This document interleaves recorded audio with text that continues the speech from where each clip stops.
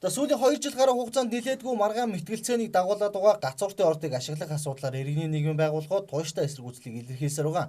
Сэлэн аймгийн Мандал суманд байрлах газууртын ордны алтын нөөцийг Сэлэн аймгийн Мандал суманд байрлах газууртын ордны алтын нөөцийг 75 тонн гэж тогтоон Монгол Улсын стратегийн 16 дахь ордоор бүртгэж авсан. За эдийн засгийн хүндрэлтэй нөхцөл байдалтай байгаагаас үүдээд энэхүү ордыг эдийн засгийн эргэлтэнд оруулж татврын орлогоо бүрдүүлэх нь эдийн засгч сайн нөлөөтэй гэдэг байр суурийг эрх баригчид илэрхийлсээр байгаа юм. За энэ хүрээнд газууртын ордыг ашиглах буюу ноён уулын 11 мянган га газарт олборлолт явуулах тусгай зөвшөөрлийг засгийн газраас Синтерага уулд олгоод байгаа. За харин засгийн газрын энэхүү шийдвэрийг эсэргүүцэж ноён уулын аврын хөдөлгөөнөөс Синтерага уулд компанид олгосон тусгай ашиглалтын 2 лицензийг хууль бус гэж үзэн хүчингү олгуулахаар нийслэлийн захиргааны иргэн шүүхэд нэхэмжлэл гаргаад байсан. За тэгвэл тус хөдөлгөөнөөс шүүгт хандсан нэхэмжлэлтэд нэмэгдүүлэн шаардлага гаргаж за мөн хайгуулын тусгай 2 зөвшөөрлийг нь хүчингү олгуулахаар нэмэгдүүлсэн байна.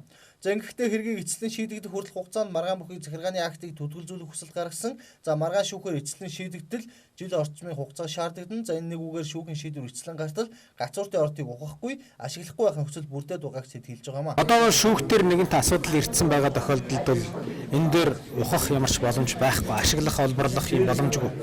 Тэгээд ч хөрөнгө оруулагч нар өөрсдөө мэдж байгаа. Маргаантай байгаа лицензэн дээр хөрөнгө оруулалт хийснээр мунхардалд оруулж тухайн хохирол улам ихсэх боломжтой болж ирж байгаа. Ийм учраас ямар ч бизнесмен хөрөнгө оруулагч нар бол энэ дээр бол хөрөнгө оруулахгүй. Энэ маргаан эслэн шийдэгдсэний дараа л хөрөнгө оруулах эсэх эсвэл одоо бүр мөсөн нөхөн олгор олох тухай асуудал яригдана.